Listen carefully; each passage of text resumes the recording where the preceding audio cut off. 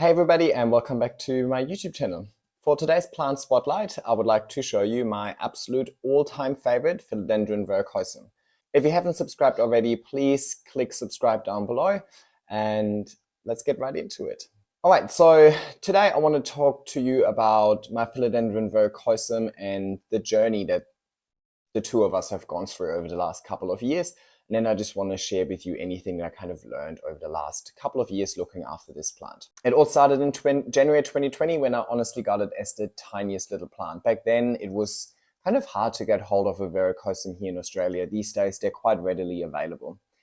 I believe this might be the Bosco variety, but I have people message me on Instagram all the time giving it a variety of different names. So I honestly don't know. It's most likely the Bosco or regular or original or Huntington Pride or number 2 or whatever. They're just names. I don't really care. This is the most common variety here in Australia. It's, I believe, the only one I've actually ever seen available. But I do know that in some private collections, people have other types as well. But I'd say if you ever encounter verrucosum in Australia, it's probably the same type as this one. It's probably obvious why it's my favorite. It has these stunning red backs and furry petioles. And I mean, the front of the leaf isn't too bad either, right? So visually, I think this is absolutely my favorite plant. When I first got it, I wasn't 100% sure what exactly to do with it. And I was at the very beginning of my moss pole journey as well. So I wasn't quite that experienced with moss poles. So at the beginning, I just kind of gave it a little stick and I let it grow up that stick, but it just did absolutely nothing, right? And clearly it didn't really attach itself to that stick or anything. What I've noticed is that it has quite a lot of internodal spacing. So especially this variety grows, even if you give it plenty of light, and I mean the leaf size shows me that I'm giving it enough light, but it still has a lot of internodal spacing. So I figured if I just put one plant on a moss pole, it's gonna look pretty empty. So from the beginning, my goal was kind of to multiply the plant so that, first of all, I can sell or swap some of my cuttings for other plants, but also just to create a lush pole for myself eventually. After it's grown for a while and I had 4 or 5 leaves or so, I cut it all into single node cuttings and I propagated all of them in just pure sphagnum moss. And then once the top cutting was rooted enough, I started giving it its very first moss pole. I'll put the photo up on screen. So I believe in June 2020 is when I gave it its first moss pole, and you can see it was still very tiny back then. So over time, the plant starts climbing up the moss pole, attaching itself to the moss pole and growing roots into the pole, being able to absorb water and nutrients that feed the moss within the pole. So that really gives the plant a large root system available, giving it the best ability to mature and give me these large leaves that I'm after. So you can see that by the photos that I'll put up on screen that as the months progress, the plant is climbing up that pole, but you can see that internodal spacing I was talking about. It's quite large, so you have a lot of empty space between the leaves. And essentially my goal is to kind of hide the moss pole behind all of the leaves. So I knew that by the time it reached the top of the pole, I didn't want to extend it and just have like this really long empty moss pole. I wanted to chop it and create a lush pole. Because that was kind of the first time doing a chop and extend for a plant that isn't a monstera, and verrucosums are known to be quite finicky and not super happy with being cut. And also they have quite small, fine roots. So I wasn't too sure if all of the nodes rooting into the moss pole will be sufficient for it to survive the chop. So I actually air layered every single node at the beginning, as you can see in that photo. I mean, I don't like air layering because I think it just looks super hideous with all of that cling wrap wrapped around it. And I've noticed that it honestly made no difference. So that was the first and last time I've ever air layered before I did my chop and extend. After that, I really just used the roots that are already in the moss pole, and clearly it hasn't suffered too much. But yeah, after it's been air layering for a while, I chopped it into bits and every single node was already rooted. So I took 3 cuttings and put them on 1 new moss pole to hopefully give it that lush vibe that I was after. So I started that moss pole with the 3 cuttings in January 2021, and then in March 2021 I moved houses. So in my new apartment I have way more light available, so I really noticed a big growth spurt from March onwards because my plants just get more light. Again, I say it every video, but light is the most important. If you want to get large leaves, you need to make sure that these plants are getting sufficient light.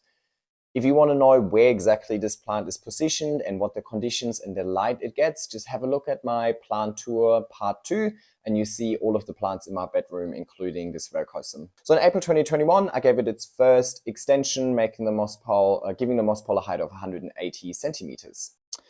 You can see by July, it's kind of approaching the top of its pole, and then by September 2021, it reached the top of the pole and I had to chop and extend it. Now, with the verrucosum, these leaves are quite tricky to take care of and they deteriorate quite quickly. You can see over here, for example, they start getting yellow edges. To be honest, I just cut the yellow edges. That's how my leaves look so nice. I just cut the ugly bits off. But these leaves are not forever leaves, honestly, unless you give them like 90% humidity, which is probably really unrealistic in an indoor setting. These leaves will deteriorate, right? I've seen videos of Philodendron verrucosum in the wild and they don't look pretty, right? They look really nice when they first come out and they have these beautiful red backs, but then the red is fading and it slowly starts yellowing a little bit. So that whole chop and extend is actually really nice because the ugly part of the pole, the bottom part, is the part that I am not going to keep. I'm going to keep the top half. I'm going to keep the pretty part. I'll put that back up and then I'll re-extend that part, right? So that's how I manage my verrucosum looking so nice all the time because I always just use the newest leaves, right? So these leaves would never be older than 6 months, I believe, because it climbs so fast. With that internodal spacing, it doesn't take long for it to climb up a pole. Yeah, after the chop and extend, you can see that, and I did an air layer for that chop and extend, and you can see that by November 21, it definitely fully recovered from its chop. It's still growing larger leaves than the ones before, so clearly it didn't mind being chopped, and that's a big thing, right? Like Philodendron verrucosums really hate being chopped. They hate being propagated. They get really droopy really quickly. So I think that moss pole, that chop and extend technique and having that root system within the moss pole is absolutely the best solution for verrucosums in my opinion. By February this year, you can see that it almost reached the top of the pole and I put up a photo of what I did with all the other cuttings, right? So what I did is I just took the cuttings and I put them on some experimental poles with different mediums. I had one with moss, one with aeroid mix. I used a hydroponic medium in the pod called MAP, and I just gave them the same conditions, and I just wanted to have a look. The aeroid mix in the moss pod that I'm currently using, is that the best way of doing it, or are there other materials that might work better? From that little experiment, I learned that aeroid mix and moss poles are the best. Obviously not a reliable experiment. It's just one sample, so you can't necessarily take that as the truth, but it kind of just reiterated to me, or just kind of reinforced to me that I'm on the right track with the materials, with the aeroid mix, with the moss pole and everything that I'm using. As per the photo on screen, by May 2022, it started reaching the top of its pole again, and I had to chop and extend it, and this is the result of the latest chop and extend. So that photo you can see on screen, that top part of the pole with the beautiful, nice, large leaves, that's now the bottom part of the pole, and I re-extended it. And this is the first leaf after the chop and extend, and you can see it's huge. It's beautiful.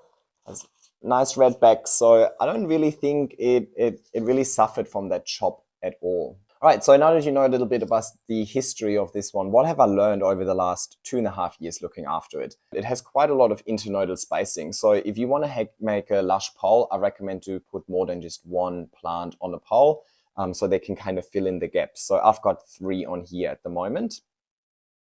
It likes high humidity, so give it as much humidity as you can.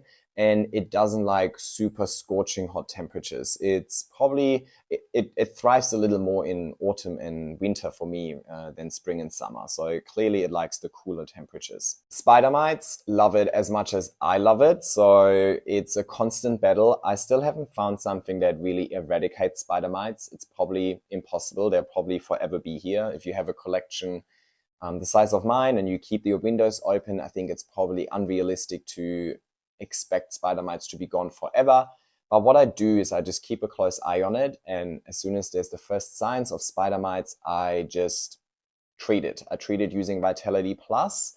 I heard rumors on the internet that apparently there's no active ingredient in Vitality Plus that's supposed to do anything to the spider mites. So maybe it's just placebo. I don't know. I'm honestly not entirely happy with my pest approach or my pest treatment approach. I think I'm just really lucky that I don't have crazy amount of pests. So I'm absolutely no expert. I don't really want to speak any more about it, but I just wanted to let you know what I do. The other thing that I've learned is that it grows really large petioles. So I tie them together.